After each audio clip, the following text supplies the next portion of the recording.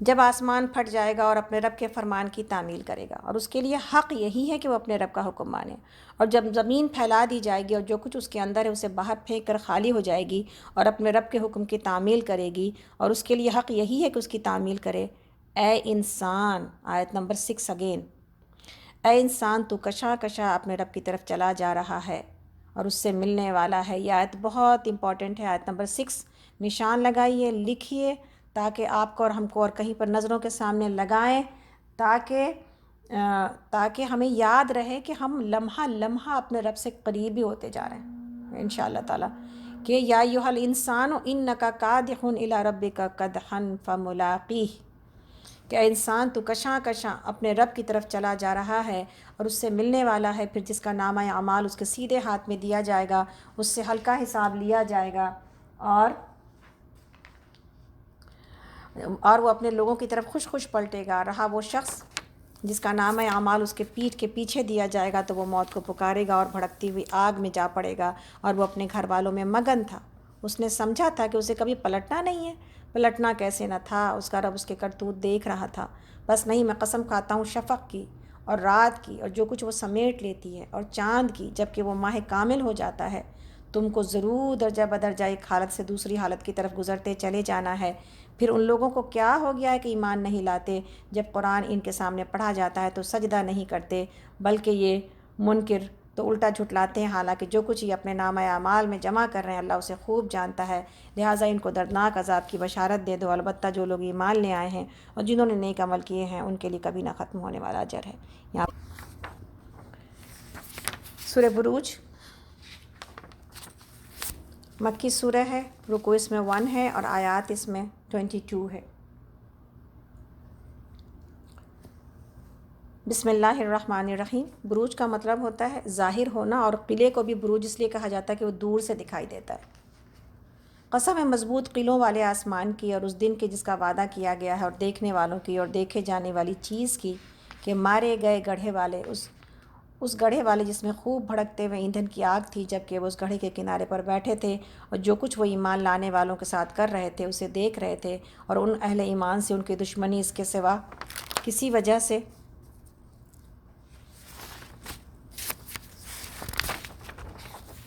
نہ تھی کہ وہ اس خدا پر ایمان لے آئے تھے جو زبردست اور اپنی ذات میں آپ محمود ہے، جو آسمانوں اور زمین کی سلطنت کا مالک ہے، اور وہ اللہ سب کچھ دیکھ رہا ہے۔ اور یہ جو واقعہ ہے اصحاب الاخدود کا، کہ روایت میں ہے کہ ایک بادشاہ کے پاس ایک راہب تھا، اس نے بڑھاپے میں اپنے بادشاہ سے کہا کہ اگر کوئی لڑکا ایسا معمور کر دے جو مجھ سے سحر بھی سیکھ لے یا عبادت بھی سیکھ لے، دونوں باتیں موجود ہیں، تو دیا ہے کہ ایک کاہن، ساحر ہی تھا، وہ کہنے لگا کہ مجھ سے، تو بادشاہ نے اس کو ایک سمجھدار لڑکا تلاش کر کے اس کے حوالے کر دیا۔ لڑکے کے راستے میں ایک راہب کا بھی مکان تھا، یہ لڑکا آتے جاتے اس کے پاس بھی بیٹھتا اور اس کی باتیں سنتا تو اسے اچھی لگتی۔ اس طرح یہ سلسلہ چلتا رہا۔ ایک مرتبہ یہ لڑکا جا رہا تھا کہ راستے میں ایک بہت بڑے جانور، شیر یا سانپ وغیرہ نے لوگوں کا راستہ روکا ہوا تھا۔ لڑکے نے سوچا آج میں پتہ کرتا ہوں کہ یہ جادوگر صحیح ہے یا راہب۔ اس نے ایک پتھر پکڑا اور کہا اے اللہ، اگر راہب کا معاملہ تیرے نزدیک جادوگر کے معاملے سے بہتر اور پسندیدہ ہے تو اس جانور کو مار دے تاکہ لوگوں کی آمد و رفت جاری ہو جائے۔ یہ کہہ کر اس نے پتھر مارا اور وہ جانور مر گیا۔ لڑکے نے جا کر یہ واقعہ راہب کو بتایا۔ راہب نے کہا بیٹے، اب تم فضل و کمال کو پہنچ گئے ہو اور تمہاری آزمائش شروع ہونے والی ہے، لیکن اس دور ابتلا میں میرا نام ظاہر نہ کرنا۔ یہ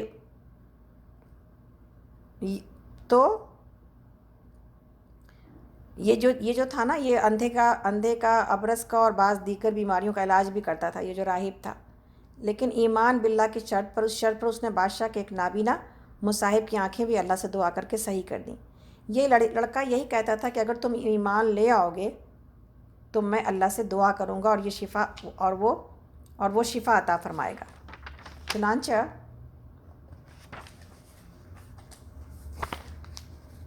اس کی دعا سے اللہ شفا یاب فرما دیتا۔ یہ خبر بادشاہ تک پہنچی، اور کیا خبر پہنچی تو وہ بہت پریشان ہوا۔ بعض اہل ایمان کو تو اس نے قتل کرا دیا، اور اس لڑکے کے بارے میں اس نے چند آدمیوں کو کہا کہ اسے پہاڑ کی چوٹی پر لے جا کر نیچے پھینک دو۔ اس نے اللہ سے دعا کی، پہاڑ میں لرزش پیدا ہوئی جس سے وہ سب گر کر مر گئے، اور اللہ نے اسے بچا لیا۔ بادشاہ نے اسے دوسرے آدمی کے سپرد کیا اور کہا کہ ایک کشتی میں بٹھا کر سمندر کے بیچ میں لے جا اور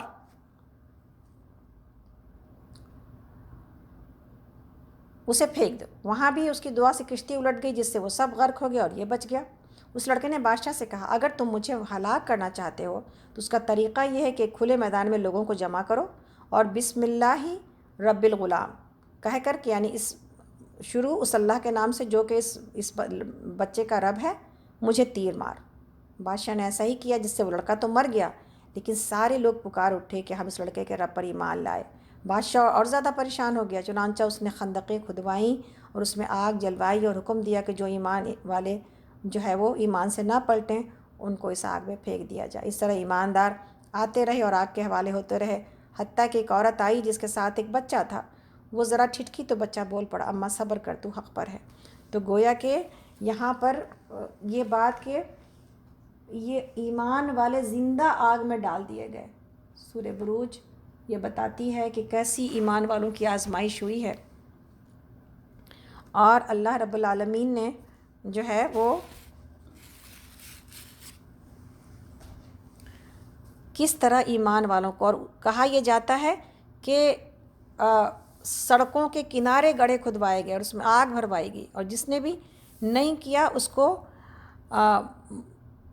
ڈالا گیا، اور ایک دن میں 20,000 لوگ آگ کی نظر کیے گئے، اس طرح سے زندہ جلائے گئے۔ اللہ اکبر۔ اور کوئی بھی ایمان سے پھرنے والا نہیں تھا، کوئی بھی ایمان سے پھرنے والا نہیں تھا۔ سورہ بروج میرے لیے اور آپ کے لیے کتنی بڑی نصیحت ہے۔ اللہ رب العالمین آگے فرماتے ہیں کہ ایسا ایمان کا مظاہرہ کیا اللہ کے بندوں نے، اور وقتی طور کا ایمان تھا نا، آپ دیکھیں ایمان لا کے کتنی دیر ہوئی تھی اللہ کے اوپر، لیکن ایسا ایمان دل میں سرایت کر گیا۔ کیسے انسان کے دل میں ایسا ایمان سرایت کر جاتا ہے؟ یہ تو دنیا کے معاملات کو دیکھتے ہوئے اور اپنی کمزوریوں کو دیکھتے ہوئے انسان کو بڑی حیرت ہوتی ہے، کیسے ایسا ایمان سرایت کر جاتا ہے جو اتنی بڑی بڑی قربانیوں کے لیے تیار کر دیتا ہے انسان کو۔ ہمارے پاس تو چھوٹی قربانی بھی ہم نہیں دے پاتے اپنے ایمان کی۔ تو پھر ایمان کے لیے ہمیشہ اپنے دل کے اندر جھانکتے رہنا چاہیے، اور ایمان کو بڑھاتے رہنے کی نہ صرف کوشش کرتے رہنا چاہیے بلکہ ایمان کو بڑھانے کی دعا کرتے رہنا چاہیے۔ اور ایمان بڑھتا کیسے ہے؟ ایمان ہر اللہ کی عبادت اور اطاعت کی وجہ سے بڑھتا ہے۔ ایمان ڈائریکٹلی پروپورشنیٹ ہے اب اطاعت کے ساتھ۔ اطاعت بڑھتی جاتی ہے، ایمان بڑھتا جاتا ہے، اطاعت کم ہوتی جاتی ہے، ایمان کم ہوتا جاتا ہے۔ تو انشاءاللہ تعالیٰ اسی طرح قرآن کے معاملے میں کہ جو قرآن کی تلاوت سے ایمان بڑھتا ہے، اور نیک صحبت سے ایمان بڑھتا ہے، اللہ کے ذکر سے ایمان بڑھتا ہے، یہ ساری وہ چیزیں ہیں جو انسان کے ایمان کو بڑھاتی ہیں۔ تو اللہ تعالیٰ آگے ان لوگوں کے بارے میں بات کر رہے ہیں۔ ہم لوگ اس وقت آیت نمبر 10 پر ہیں سورہ بروج میں، جن لوگوں نے مومن مردوں اور عورتوں پر ظلم و ستم توڑا اور پھر اس سے تائب نہ ہوئے، یعنی توبہ نہ کی، یقیناً ان کے لیے جہنم کا عذاب ہے اور ان کے لیے جلائے جانے کی سزا ہے۔ اور جو لوگ ایمان لائے اور جنہوں نے نیک عمل کیے، یقیناً ان کے لیے جنت کے باغ ہیں جن کے نیچے نہریں بہتی ہوں گی، یہ ہے بڑی کامیابی۔ در حقیقت تمہارے رب کی پکڑ بڑی سخت ہے، وہی پہلی بار پیدا کرتا ہے اور وہی دوبارہ پیدا کرے گا، اور وہ بخشنے والا ہے، محبت کرنے والا ہے، عرش کا مالک ہے، بزرگ و برتر ہے، اور جو کچھ چاہے کر ڈالنے والا ہے۔ کیا تمہیں لشکروں کی خبر پہنچی ہے، فرعون اور سمود کے لشکروں کی؟ مگر جنہوں نے کفر کیا وہ جھٹلانے میں لگے ہوئے ہیں، حالانکہ اللہ نے ان کو گھیرے میں لے رکھا ہے۔ ان کے جھٹلانے سے اس قرآن کا کچھ نہیں بگڑتا، بلکہ یہ قرآن بلند پایا ہے، اس لوح میں نقش ہے جو محفوظ ہے۔ سورہ طارق، طارق ستارے کا نام ہے جو رات کو نمودار ہوتا ہے، مکی سورہ ہے، رکوع اس میں 1 ہے، آیات اس میں 17 ہے۔ اللہ نے قسم کھائی ہے طارق کی، اور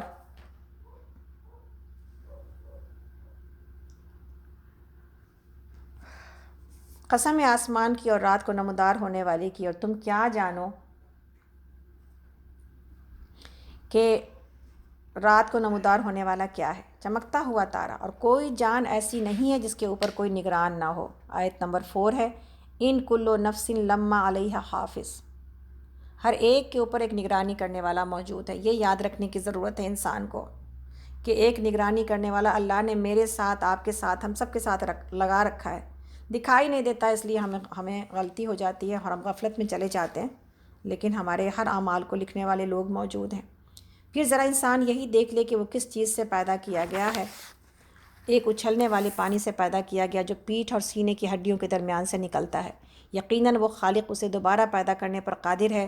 جس روز پوشیدہ اسرار کی جانچ پڑتال ہوگی، اس روز انسان کے پاس نہ خود اپنا کوئی زور ہوگا اور نہ کوئی اس کی مدد کرنے والا ہوگا۔ قسم ہے بارش برسانے والے آسمان کی اور نباتات اگتے وقت پھٹ جانے والی زمین کی۔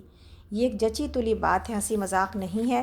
یہ لوگ کچھ چالیں چل رہے ہیں اور میں بھی ایک چال چل رہا ہوں، پس چھوڑ دو اے نبی صلی اللہ علیہ وسلم ان کافروں کو ایک ذرا کی ذرا ان کے حال پر چھوڑ دیجیے۔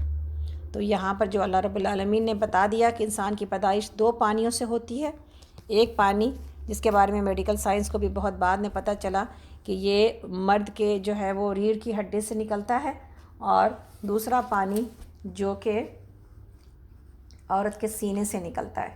تو یہ قرآن نے ان 2 پانیوں کے بارے میں یہ بات کی ہے کہ یہ ان 2 پانیوں کو ملا کے پھر انسان بنتا ہے۔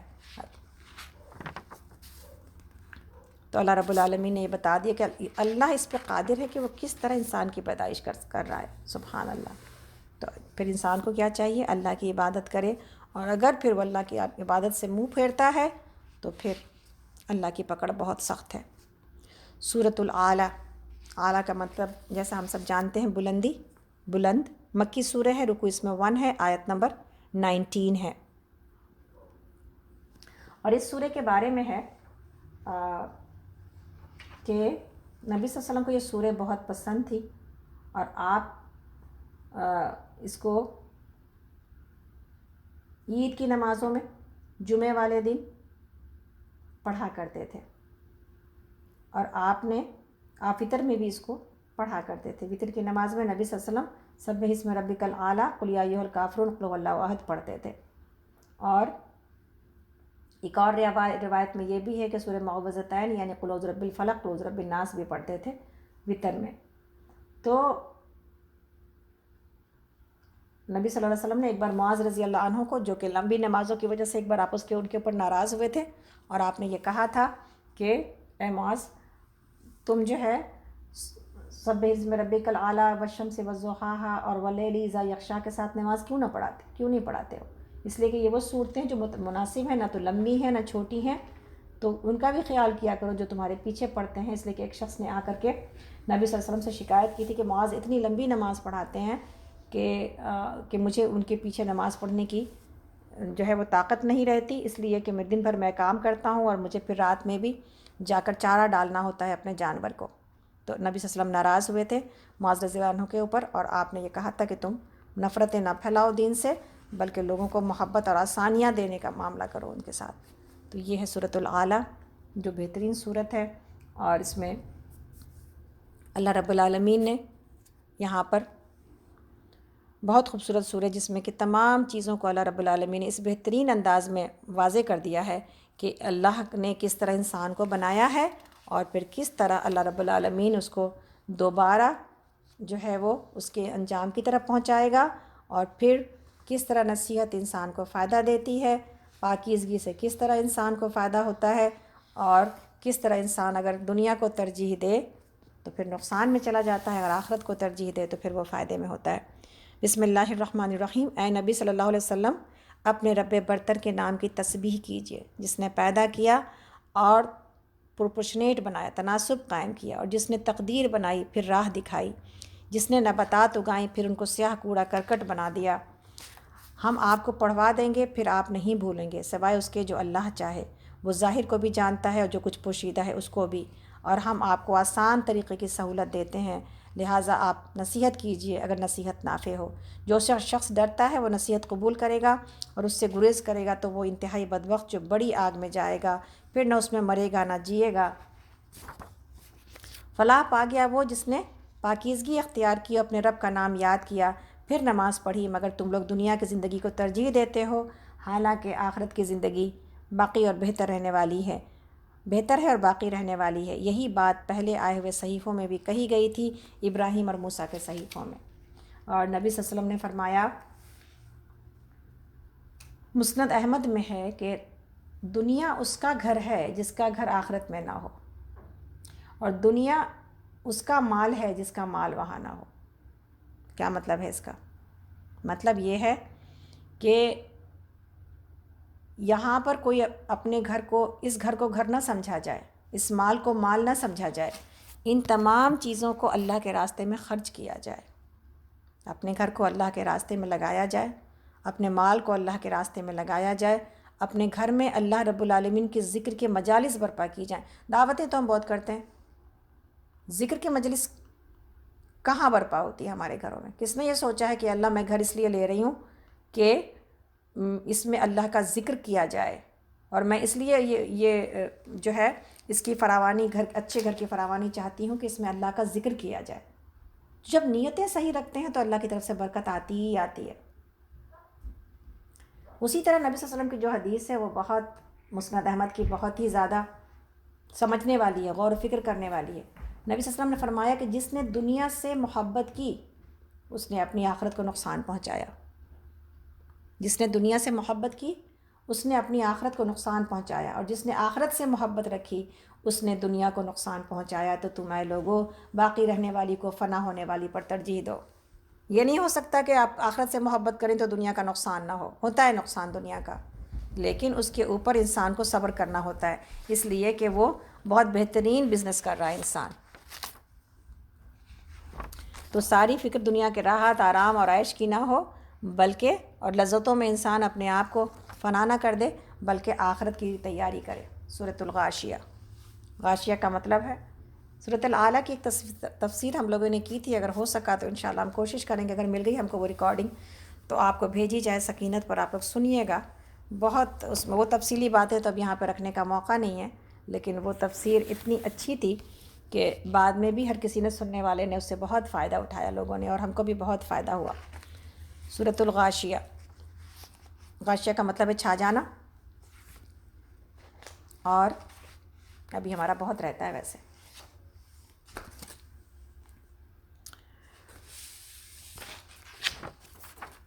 مکی سورہ ہے، رکوع اس میں 1 ہے، 1 رکوع اور آیات 26۔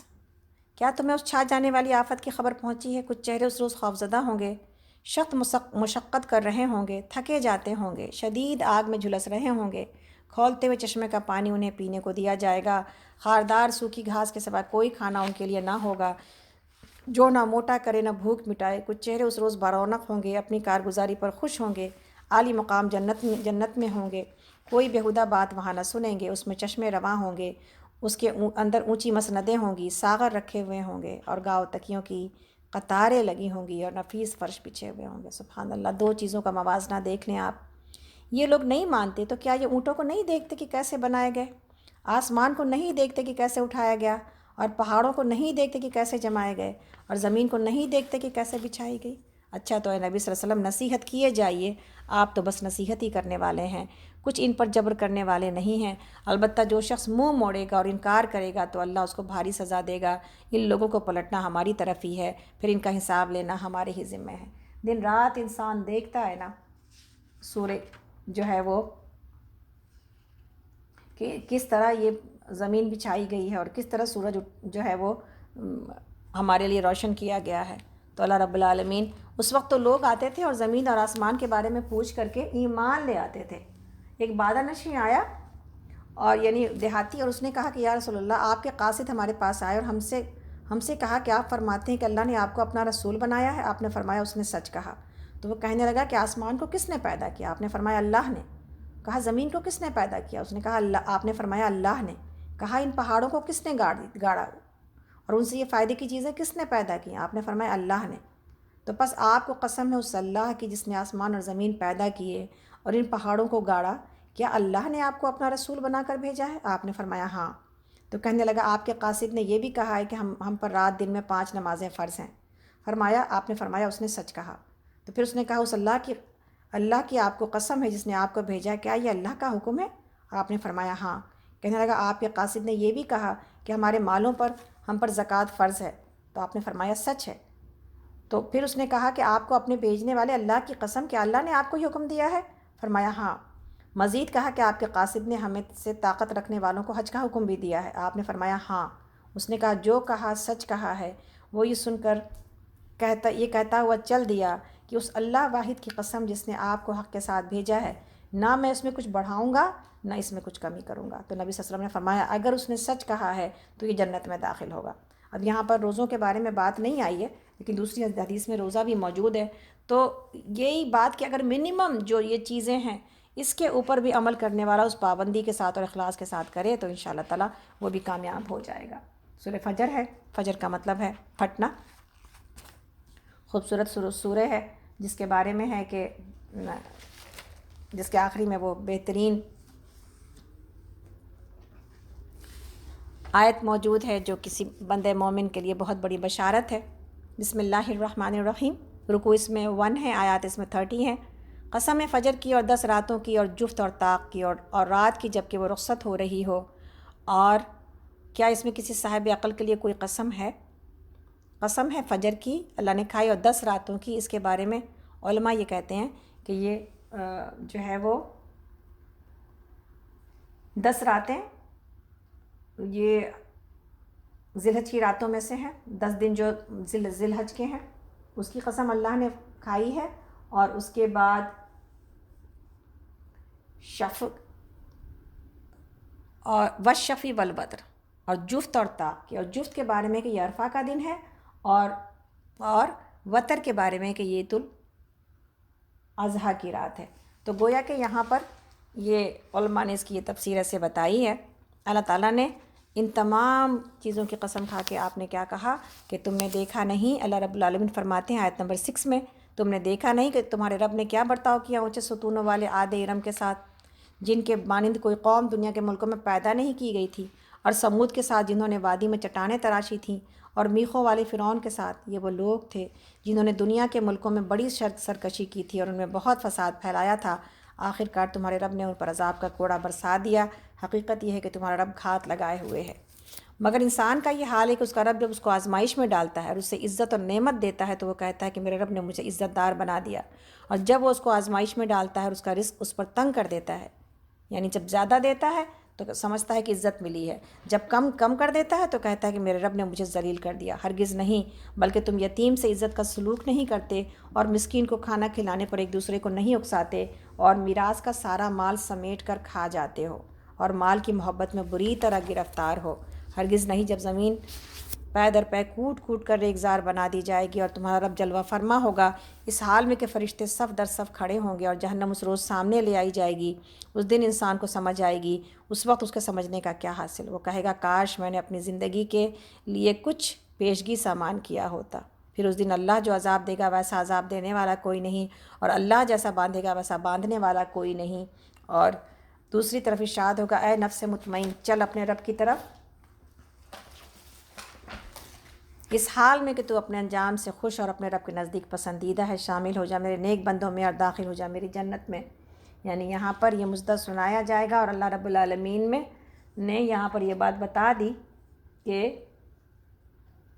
کس طرح جو ہے وہ انسان اس بھول میں ہوتا ہے کہ جب مال مل رہا ہوتا ہے تو سمجھتا ہے کہ بہت خوش ہوتا ہے، اور یہ بھول جاتا ہے۔ اللہ رب العالمین نے یہاں پر قسم کھا کے یہ بات بتائی ہے کہ مال کی زیادتی بھی آزمائش ہے۔ انسان یہ سمجھتا ہے کہ مال کسی مشکل میں ڈالا گیا ہے تو آزمائش ہے، فراوانی بھی آزمائش ہے، اور جو فراوانی ہے وہ تنگی سے اور مشکل سے زیادہ بڑی آزمائش ہے، اس لیے کہ تنگی اور مشکل میں تو انسان پھر اللہ ہی کو پکارتا ہے نا، لیکن فراوانی میں کیا ہوتا ہے؟ اللہ کو بھول جاتا ہے، اور مال کی محبت اس کے دل میں پھر ایسی آتی جاتی ہے کہ مسکین کے مال کو، یتیم کے مال کو کھا جاتا ہے، اور کسی کو کھلاتا نہیں ہے پھر اپنے مال سے۔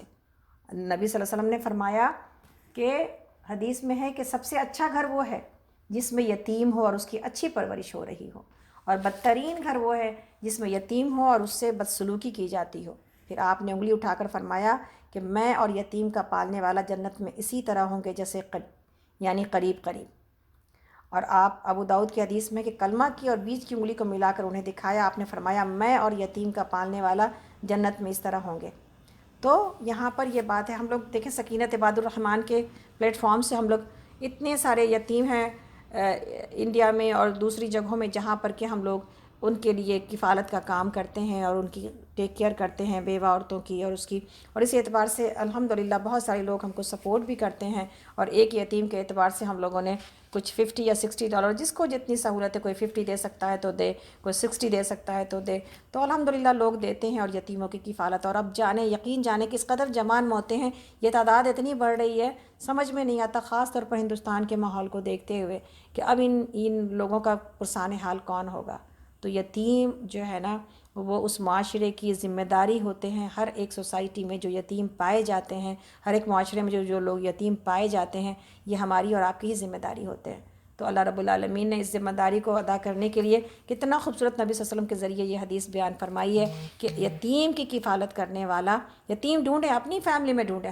ہم صرف یہ بات یہ نہیں صرف بتا رہے ہیں جو لوگ کے نئے آئے ہیں ان کے لیے کہ ہمارے پاس یہ کام بھی ہے الحمدللہ رب العالمین، لیکن اپنی فیملی میں ڈھونڈیں، اپنی فیملی کی ٹیک کیئر کریں انشاءاللہ۔ جو الاقرب فالاقرب سے تو بہترین یہی ہے کہ آپ اپنی فیملی میں ڈھونڈ کے اس کی کفالت اور اس کی ذمہ داری اپنے اوپر اٹھائیں، تاکہ آپ کے گھر میں برکت آئے۔ ایسا لگتا ہے کہ ہم پھر اپنے بچوں کے علاوہ ہم کہاں کر پائیں گے، اسی لیے تو ہم چاہتے ہیں کہ ہمارے پاس بچے کم ہو، تاکہ ہمارے پاس ذمہ داریاں کم ہوں۔ تو پھر دوسرے کے بچے کی ذمہ داری اٹھانا تو ایک مشکل کام ہے، لیکن جو اس برکت کو سمجھ لے، جو کوئی اس فضیلت کو سمجھ لے، تو پھر اس کے لیے یہ بہت آسان ہے۔ اللہ تعالیٰ ایسے ہی لوگوں کے گھروں میں برکتیں آتی ہیں جو دوسروں کے اوپر اپنا مال خرچ کرتے ہیں۔ خالی ہوگی چیز تو پھر بھرے گی نا۔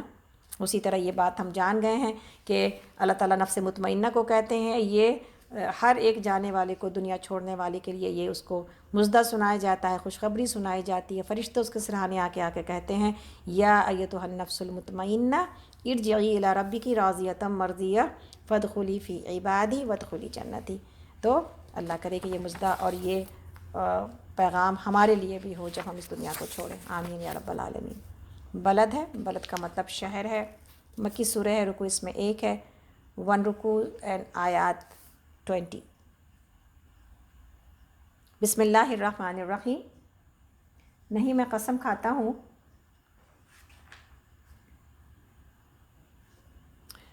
اس شہر کی، اور حال یہ ہے کہ اے نبی صلی اللہ علیہ وسلم، اس شہر میں تم کو حلال کر لیا گیا ہے، اور قسم کھاتا ہوں باپ کی اور اس کی اولاد کی جو اس سے پیدا ہوئی، در حقیقت ہم نے انسان کو مشقت میں پیدا کیا ہے، یعنی مشقت کرنے کے لیے پیدا کیا۔ یہ آیت بھی بڑی اچھی ہے، جیسے 4 نمبر آیت آپ نے وہاں لکھی، سورہ بلد کی بھی اس آیت کو لکھیں، مشقت سے جینا چڑھائیں۔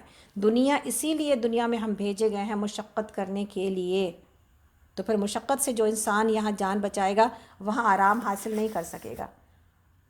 حدیث میں ہے کہ اللہ تعالیٰ 2 تکلیف کو اور 2 خوف کو جمع نہیں کرے گا۔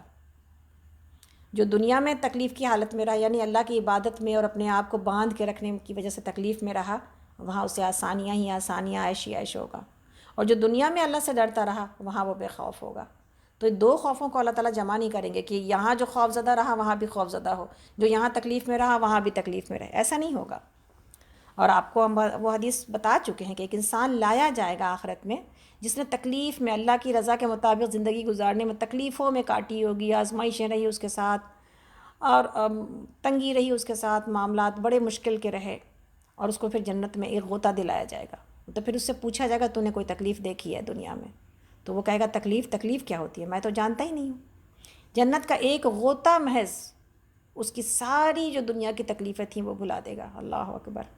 اور پھر ایک ایسا انسان لایا جائے گا جو آرام ہی آرام آسائشوں میں رہا ہوگا، اللہ کی نافرمانی میں اس نے زندگی گزاری، کبھی پلٹ کے دیکھا نہیں، سوچا نہیں اللہ مجھ سے کیا چاہتے ہیں۔ پھر اسے جہنم میں کا ایک غوطہ دلایا جائے گا، ایک بار ڈبکی دلا کے نکالا جائے گا اور پوچھا جائے گا بتا کے تو نے کتنا آرام دیکھا زندگی میں؟ جواب یہ دے گا آرام کیا ہوتا ہے، میں تو جانتا ہی نہیں۔ ایک ڈبکی اور ایک غوطہ انسان کو ساری آسائشیں بھلا دے گا۔ تو پھر فائدے کا سودا کیا ہے؟ ترجیحات کس کو دینی چاہیے؟ پرائرٹی کیا ہونی چاہیے؟ آخرت کا آرام انشاءاللہ تعالی۔ اور یہ سمجھ لینا چاہیے کہ اللہ تعالیٰ نے لقد خلقنا الانسان فی کبد، اللہ نے انسان کو مشقت کرنے کے لیے پیدا کیا ہے۔ اور اللہ تعالیٰ آگے فرماتے ہیں، آیت نمبر ہم لوگ 5 میں ہیں سورہ بلد کے، کیا اس نے یہ سمجھ رکھا ہے کہ اس پر کوئی قابو نہ پا سکے گا؟ کہتا ہے کہ میں نے ڈھیروں مال اڑا دیا، اور کیا وہ سمجھتا ہے کسی نے اس کو نہیں دیکھا؟ کیا ہم نے اسے 2 آنکھیں اور 1 زبان اور 2 ہونٹ نہیں دیے؟ اور دونوں نمایاں راستے اسے نہیں دکھا دیے، مگر اس نے دشوار گزار گھاٹی سے گزرنے کی ہمت نہ کی۔ اور تم کیا جانو کہ کیا ہے وہ دشوار گزار گھاٹی؟ کسی گردن کو غلامی سے چھڑانا، یعنی یہ جو نیکیاں ہیں نا، یہ جو مال جہاں پہ صرف ہوتا ہے بڑی دشوار لگتی ہے وہ جگہ، وہ راستہ۔ تو اللہ تعالیٰ کہتے ہیں کسی گردن کو غلامی سے چھڑانا، یا فاقے کے دن کسی قریبی یتیم یا خاک نشین مسکین کو کھانا کھلانا۔ پھر اس کے ساتھ آدمی ان میں شامل ہو جو ایمان لائے اور جنہوں نے ایک دوسرے کو صبر اور خلق خدا پر رحم کی تلقین کی۔ اور رحم کی تلقین کے بارے میں حدیثوں میں اتنا سارا ہے کہ اللہ تعالیٰ فرماتے ہیں کہ اللہ اس شخص پر رحم نہیں کرتا جو انسانوں پر رحم نہیں کرتا۔ بخاری اور مسلم کی حدیث ہے۔ اسی طرح ابو داؤد اور ترمذی کی حدیث ہے کہ رحم کرنے والوں پر رحمان رحم کرتا ہے، زمین والوں پر رحم کرو، آسمان والا تم پر رحم کرے گا۔ تو ترمذی کی حدیث ہے وہ شخص ہم میں سے نہیں جو ہمارے چھوٹوں پر رحم نہ کھائے اور ہمارے بڑے کی توقیر نہ کرے، یعنی بڑے کی عزت نہ کرے۔ مسلم کی حدیث ہے بدبخت آدمی کے دل سے رحم سلب کر لیا جاتا ہے۔ مسند احمد کی حدیث ہے۔ اور مسلم کی حدیث ہے وہ شخص ہے، 3 آدمی جنتی ہیں، 3 قسم کے آدمی جنتی ہیں، ان میں سے ایک ہے وہ شخص ہے جو ہر رشتہ دار، ہر مسلمان کے لیے رحیم اور رقیق القلب ہے۔ اللہ اکبر۔ اور نعمان بن بشیر کا بیان ہے کہ اللہ تعالیٰ، نبی صلی اللہ علیہ وسلم فرماتے ہیں، بخاری اور مسلم کی حدیث ہے کہ تم مومنوں کو آپس کے رحم اور محبت اور ہمدردی کے معاملے میں ایک جسم کی طرح پاؤ گے۔ اگر ایک عضو میں کوئی تکلیف ہو تو سارا جسم اس کی خاطر بے خوابی اور بخار میں مبتلا ہو جاتا ہے۔ اور ہم پڑھا ہے وہ حدیث کہ مومن دوسرے مومن کے لیے اس دیوار کی طرح ہے جس کا ہر حصہ دوسرے حصے کو مضبوط کرتا ہے۔ بخاری مسلم کی بہترین حدیث ہے جس میں یہ کہا جاتا ہے کہ مسلمان کا بھائی ہے، نہ اس پر ظلم کرتا ہے نہ اس کی مدد سے باز رہتا ہے۔ جو شخص اپنے بھائی کی کسی حاجت کو پورا کرنے میں لگا ہوگا، اللہ اس کی حاجت کو پورا کرنے میں لگ جائے گا۔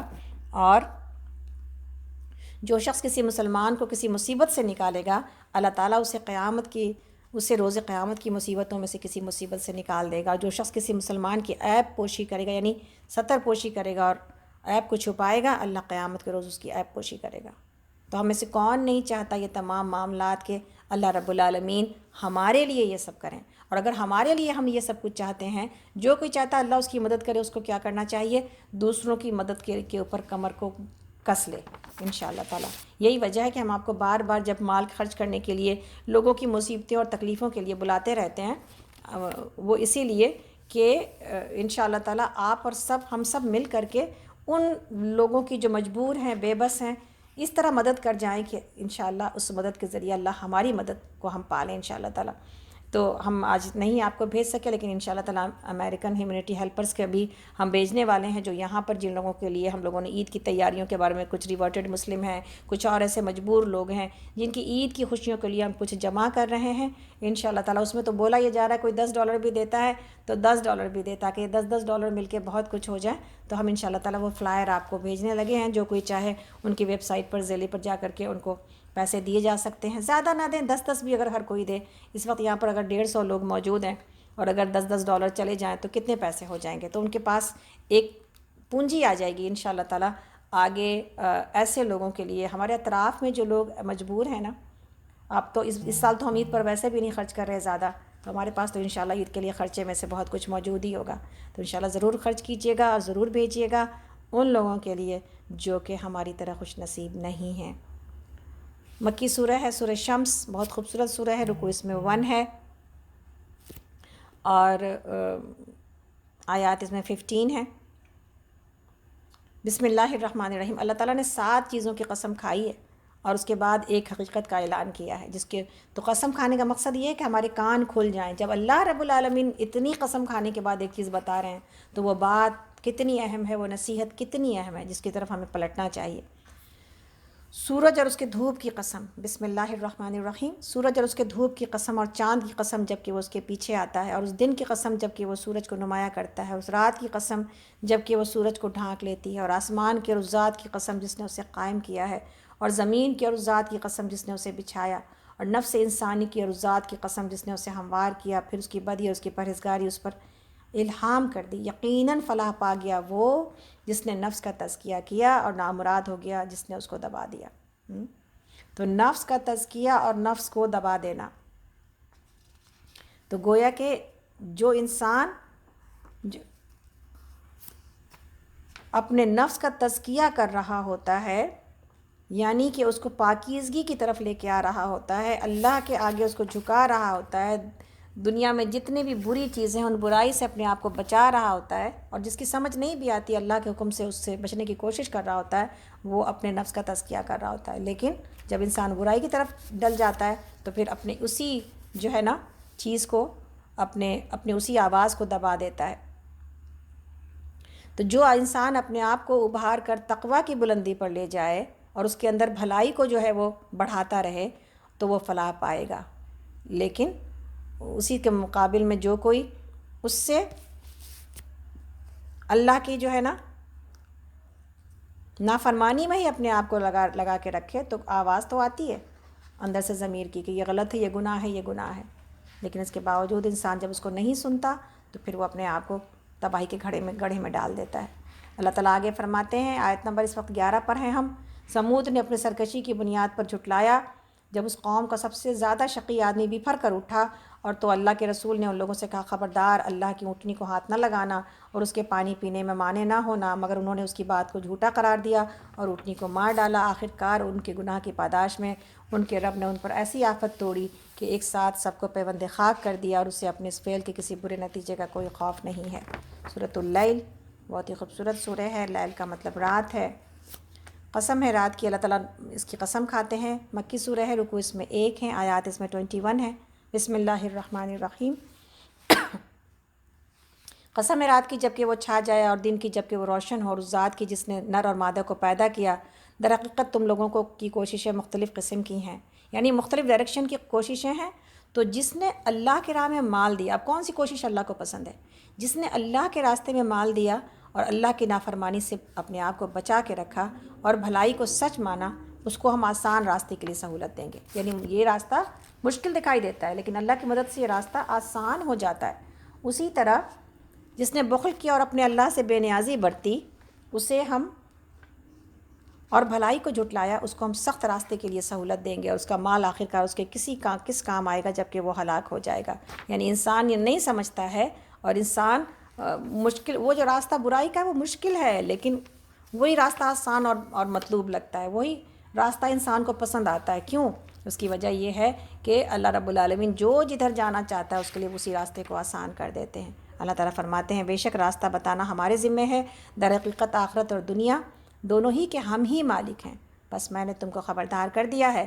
بھڑکتی ہوئی آگ سے اس میں نہیں جھلسے گا مگر وہ انتہائی بدبخت جس نے جھٹلایا اور منہ پھیرا، اور اس سے دور رکھا جائے گا وہ نہایت پرہیزگار جو پاکیزہ ہونے کی خاطر اپنا مال دیتا ہے۔ یعنی یہ جو زکوٰۃ ہے یہ مال کو پاک کرتی ہے اور صدقہ انسان کی روح کو پاک کرتا ہے، اس لیے کہ مال کی محبت اس سے نکلتی چلی جاتی ہے انسان کے اندر سے، اور اس انسان کا معاملہ کیا ہوتا ہے، اس پاکیزہ انسان کا، اس پر کسی کا کوئی احسان نہیں ہے جس کا بدلہ اسے دینا ہو۔ اللہ تعالیٰ فرماتے ہیں اس پر کسی کا کوئی احسان نہیں ہے، اِنَّهُ مِنْ وَمَا لِأَحَدٍ عِنْدَهُ مِنْ نِعْمَةٍ تُجْزَىٰ إِلَّا ابْتِغَاءَ وَجْهِ رَبِّهِ الْأَعْلَىٰ وَلَسَوْفَ يَرْضَىٰ، کہ وہ تو صرف اپنے رب کی برتر کی رضا جوئی کے لیے، یعنی صرف اپنے رب کو راضی کرنے کے لیے کام کر رہا ہوتا ہے تو اللہ تعالیٰ ضرور اس سے خوش ہوگا۔ یہ ہے وہ بات کہ جب ابوبکر صدیق رضی اللہ عنہ سے ان کے والد نے فرمایا تھا کہ تم کس طرح جو ہے وہ ایسے، ابو قحافہ نے ان سے کہا تھا ان کے والد نے کہ اس وقت تک مسلمان نہیں ہوئے تھے، تو ان سے انہوں نے کہا کہ بیٹا تم جو ان کمزور ہستیوں کو آزاد کرتے پھرتے ہو، یعنی کمزور غلاموں کو جو آزاد کرتے پھرتے ہو، اس سے تو یہ اچھا ہو کہ نوجوان طاقت والوں کو آزاد کراؤ تاکہ وقت پر تمہارے کام آئیں، تمہاری مدد کریں اور دشمنوں سے لڑیں۔ تو صدیق اکبر رضی اللہ عنہ نے جواب دیا کہ ابا جی میرا ارادہ دنیاوی فائدہ کا نہیں ہے، میں تو صرف اللہ رب کی رضا رب اور مرضی مولا چاہتا ہوں۔ تو اللہ رب العالمین نے اس آیت کو نازل کیا۔ اللہ اکبر۔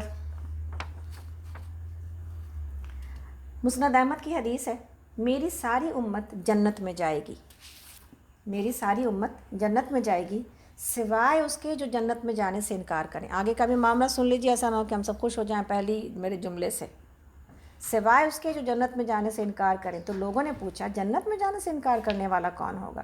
تو آپ نے کہا کہ جو میری اطاعت کرے وہ جنت میں گیا، اور جس نے میری نافرمانی کی اس نے گویا جنت میں جانے سے انکار کر دیا۔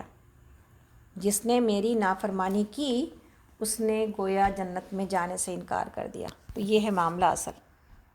آگے چلتے ہیں، سورہ ضحیٰ ہے۔ ضحیٰ کا مطلب اشراق کا جو وقت ہوتا ہے، چاشت کا وقت، اشراق کا وقت، صبح روشنی کا وقت۔ رکوع اس میں 1 ہے اور آیات اس میں 11 ہیں، اور یہ مکی سورہ ہے۔ بسم اللہ الرحمن الرحیم۔ قسم ہے روز روشن کی اور رات کی جب کہ وہ سکون کے ساتھ طاری ہو جائے، اے نبی صلی اللہ علیہ وسلم، آپ کے رب نے آپ کو ہرگز نہیں چھوڑا اور نہ وہ ناراض ہوا، اور یقیناً آپ کے لیے بعد کا دور پہلے دور سے بہتر ہے، اور عنقریب آپ کا رب آپ کو اتنا دے گا کہ آپ خوش ہو جائیں گے۔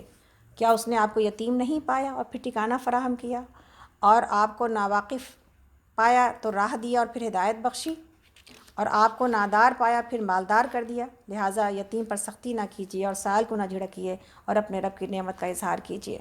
تو گویا کہ یہاں پر یہ ساری باتیں جو ہیں یہ آگے چل کے ساری قبول ہو گئیں، اور یہ اللہ نے اس میں جو اپنے نبی کو جو تسلیاں دی ہیں، مسند احمد میں ہے کہ نبی صلی اللہ علیہ وسلم بیمار ہو گئے اور 1 یا 2 راتوں تک آپ تہجد کی نماز کے لیے نہ اٹھ سکے، تو ایک عورت جس کے بارے میں کہ ام جمیل جو کہ پڑوسی تھی اور نبی صلی اللہ علیہ وسلم کی تلاوت کو سنتی تھی راتوں میں، تو کہنے لگی کہ تجھے تیرے شیطان نے چھوڑ دیا، نعوذ باللہ، اس پر یہ آیتیں نازل ہوئی ہیں۔ تو آگے چلتے ہیں ہم لوگ انشاءاللہ تعالیٰ۔ اللہ تعالیٰ نے سب آنے والی جتنی بھی باتیں ہیں سب ساری پوری کر دیں، جبکہ علم نشرح میں بھی پھر نبی صلی اللہ علیہ وسلم کی وہ ساری اللہ رب العالمین نے جو آپ کو سارا فضل عطا کیا اور ساری ناموری عطا کی، اس سورے میں بھی اسی کا تذکرہ ہے۔ علم نشرح، نشرح کا مطلب، شرح کا مطلب ہوتا ہے کھولنا۔ مکی سورہ ہے، رکوع اس میں 1 ہے اور آیات اس میں 8 ہیں۔ بسم اللہ الرحمن الرحیم۔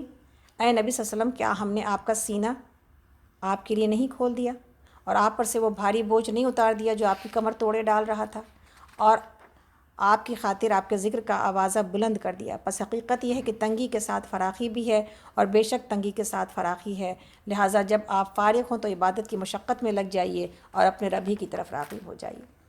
سبحان اللہ۔ یعنی یہاں پر یہ بات بتائی گئی کہ اللہ رب العالمین نے نبی صلی اللہ علیہ وسلم کا جو وہ بوجھ تھا کہ نبی صلی اللہ علیہ وسلم کو اپنے لوگوں کی گمراہی کی تکلیف میں مبتلا تھے، تو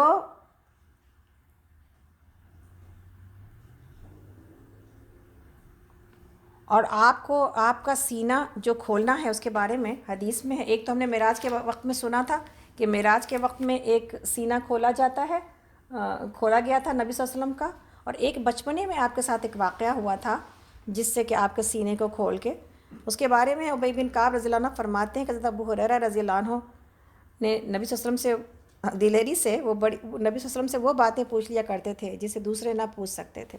تو ایک مرتبہ سوال کیا کہ یا رسول اللہ، امر نبوت میں سب سے پہلے آپ نے کیا دیکھا، یعنی نبوت کی طرف آتے ہوئے سب سے پہلے آپ نے کیا چیز دیکھی تھی؟ آپ سنبھل کے بیٹھ گئے اور فرمانے لگے، ابو ہریرہ، میں 10 سال کی کچھ ماہ کا تھا، جنگل میں کھڑا تھا کہ میں نے اپنے اوپر آسمان کی طرف سے کچھ آواز سنی، ایک شخص دوسرے سے کہہ رہا تھا کیا یہ وہی ہے؟ اب 2 شخص میرے سامنے آئے جن کے منہ ایسے منور تھے، یعنی روشن تھے، کہ میں نے ایسے کبھی نہیں دیکھے۔ انشاءاللہ اذان کے بعد ہم لوگ آگے چلیں گے، تو تھوڑی سی دیر کو رک جاتے ہیں۔ آگے چلنے سے پہلے چونکہ اس وقت تھوڑا سا اناؤنسمنٹ کا وقت رہتا ہے، ہم انشاءاللہ وہ واقعہ مکمل کریں گے بعد میں۔ آپ لوگوں کو یہ بتانا تھا کل انشاءاللہ تعالیٰ دعا ہے، اور جیسا کہ آپ سب جان رہے ہیں، اور انشاءاللہ سیم ٹائمنگ پر ہوگی تمام چیزیں۔ کچھ لوگ میرے پاس ابھی بھی لسٹ بھیج رہے ہیں، اور کچھ لوگ ابھی بھی اگر نہیں جنہوں نے تعارف کرایا، ہم یہ چاہ رہے ہیں، بعض لوگ ڈر گئے کہ کہیں ایسا تو نہیں کہ نکھت یہ کہہ رہی ہیں کہ سکینت عباد الرحمن میں 600-700 لوگ ہیں، تو کیا یہ 600-700 لوگوں کے نام لیے جائیں گے کل؟ نہیں، ایسا نہیں ہے انشاءاللہ تعالیٰ۔ ہم زیادہ توجہ میری ان نئے لوگوں کے لیے ہے جو کہ جن نئے لوگوں نے جوائن کیا ہے انشاءاللہ تعالیٰ۔ تو باقی یہ کہ کچھ لوگ جو فزیکل کلاس کے ہیں وہ میرے لیے بہت اہم ہے، اور وہ فزیکل کلاس میں ہر سال میرے ساتھ دورہ قرآن میں چلتے تھے، ان کا نام بھی ضروری ہے۔ تو کچھ بعض نئے لوگوں کا نام انشاءاللہ تعالیٰ، اور ابھی جو اس وقت جو نیا گروپ بھی بنا، انشاءاللہ میری کوشش ہوگی کہ کچھ ایسے لوگوں کے بھی نام لیے جا سکیں انشاءاللہ، جو لسٹ آپ نے دی ہے انشاءاللہ اس کے بھی نام۔ لیکن اس کے باوجود اگر کچھ لوگوں کے نام ہم تک نہیں پہنچ سکے، یا میری ہی غلطی کی وجہ سے ہم اس کو نہیں لکھ سکے، اس لیے کہ سب اتنی دیر سے سب دے رہے ہیں، کس کا نام ہم نے کب لکھا ہے، اور کس کا نام نہیں لکھ سکے ہیں، وہ مشکل ہے کہ اب اس وقت ہم تمام چیزوں کو جمع کریں۔ کوشش تو میری ہے، لیکن کوئی انسان پرفیکٹ نہیں ہے، تو اگر کسی کا نام لیا جا سکے اور نہ بھی لیا جا سکے، میری خوشی ہے کہ سب کا نام لیا جائے، لیکن اگر نہ بھی لیا جا سکے تو انشاءاللہ ہمیں امید ہے کہ آپ سب لوگوں کو یہ پتہ ہے کہ آپ کا نام اللہ کے رجسٹر میں تو لکھا ہے نا، آپ نے کیا ہے انشاءاللہ۔ اور میری دعائیں ان تمام لوگوں کے لیے ہیں جن کو کہ ہم جان رہے ہیں اور جن کو ہم نہیں بھی جان رہے ہیں انشاءاللہ تعالیٰ۔ تو جب ہم دعا کرتے ہیں تو آپ سب اس میں شامل ہی شامل ہیں۔ تو ایک تو بات یہ ہو گئی، دوسری بات یہ بھی آپ کو اس بات کام کے لیے بھی تیار کرنا تھا کہ آپ لوگ ضرور کوشش کریں۔ اب ہم لوگ انشاءاللہ تعالیٰ آج سکینت انسٹیٹیوٹ کا جو دونوں کلاسز ہم نے بتائی تھی جو رجسٹر ہیں، اس کا بھی رجسٹریشن فارم ڈالیں گے آج، تاکہ آپ لوگوں میں سے جو کوئی رجسٹر ہونا چاہتا ہے، ان کلاسز میں انرول ہونا چاہتا ہے، وہ ضرور ہمیں ٹیکسٹ کرے، ہمیں جو ہے نا ضرور رابطہ کرے، اور ہمیں اگر وہ چاہتا ہے تو پھر وہ اپنی انفارمیشن جو رجسٹریشن فارم میں چاہیے وہ ہمیں مہیا کرے واٹس ایپ پر، تو انشاءاللہ تعالی ہم اپنی جگہ پر رجسٹریشن فارم کو فل کر کے ان کو جو ہے وہ کلاس میں شامل کر لیں گے، اور یہ کلاس شروع ہوگی 1 جون سے انشاءاللہ تعالی۔ 1 جون سے تمام چیزیں شامل ہونے والی ہیں۔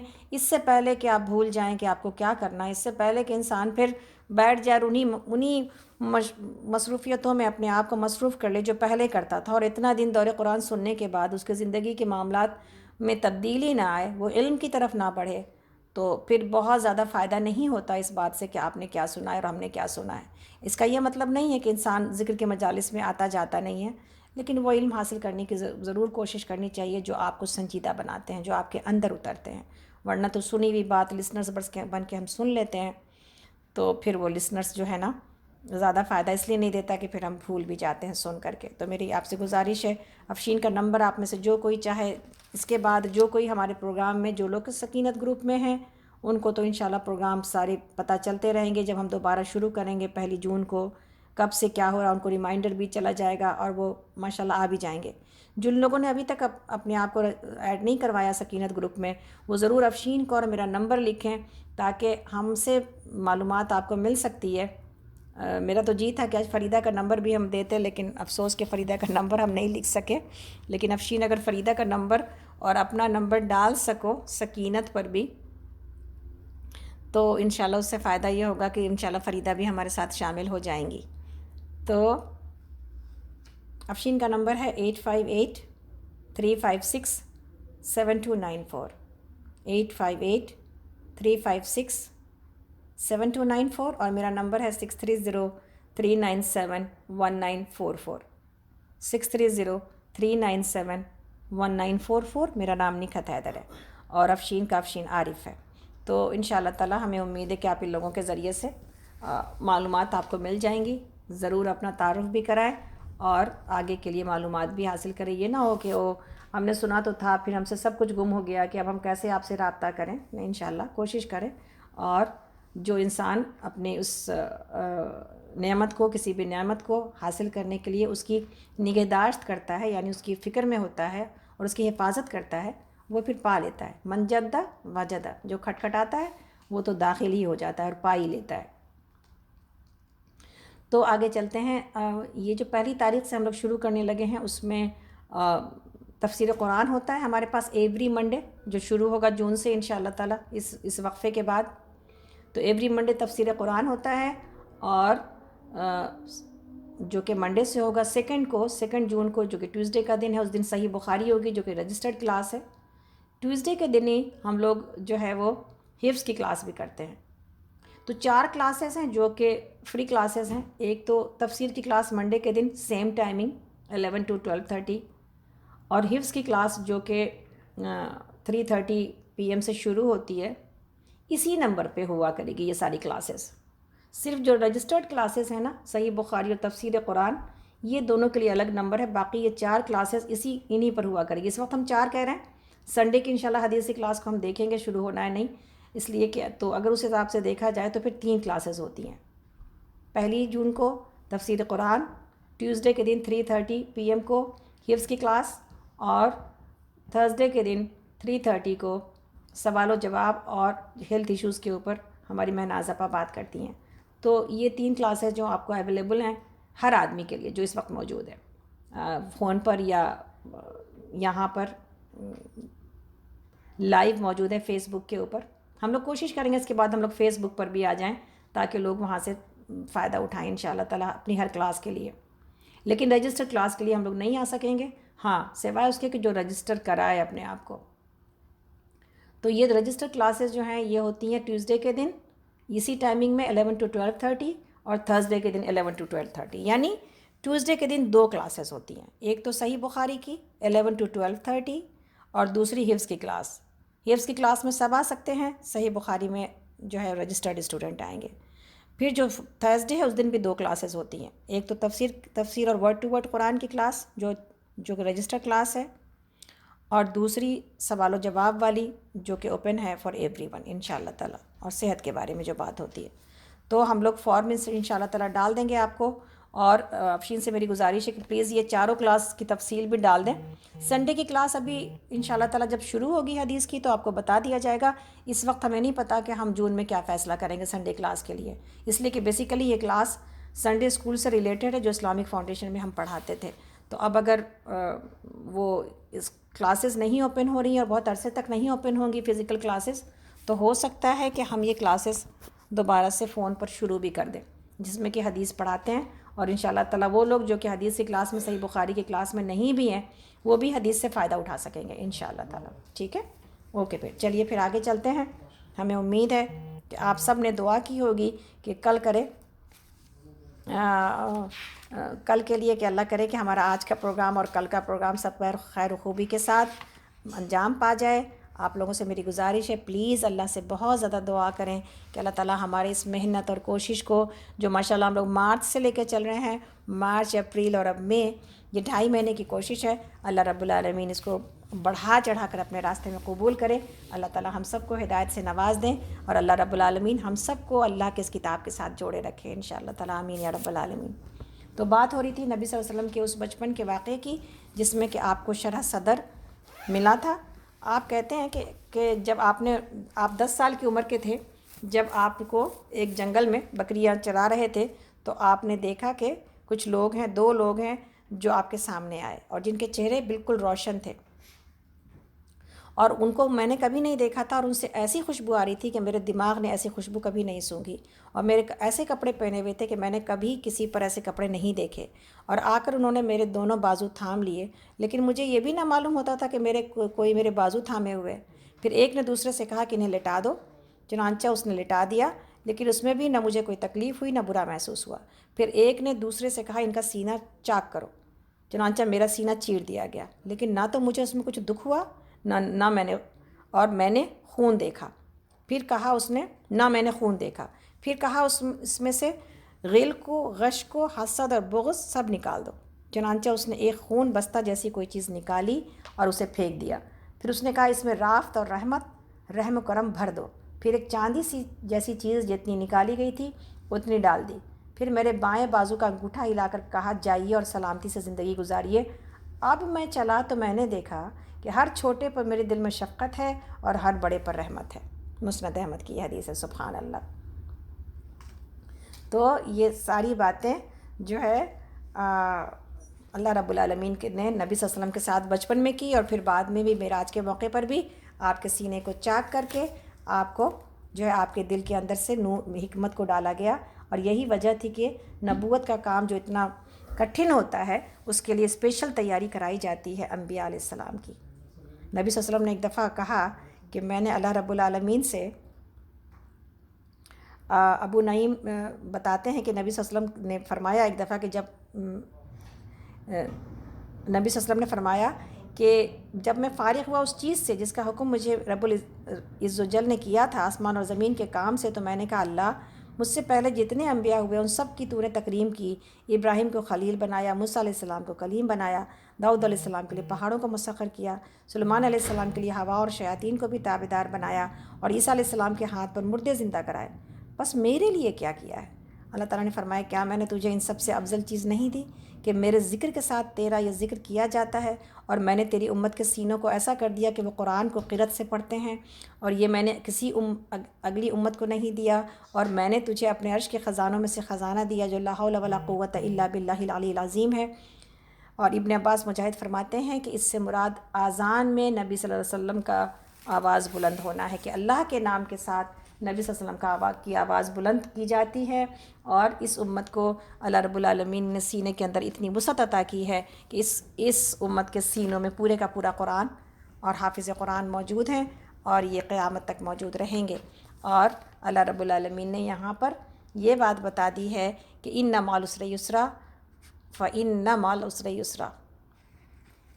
تو یہ آیت یہ بتاتی ہے کہ علماء اس آیت کے بارے میں کہتے ہیں ہر مشکل کے ساتھ آسانی ہے، اور علماء یہ کہتے ہیں کہ مشکل کا ذکر ایک ہے، یعنی مشکل جو ہے نا، عسر جو ہے وہ معرفہ استعمال کیا گیا ہے یعنی ایک، اور یسر کو آسانی کو نکرہ استعمال کیا گیا ہے۔ اس کا مطلب ایک مشکل کے ساتھ کئی ساری آسانی لگی ہوتی ہے۔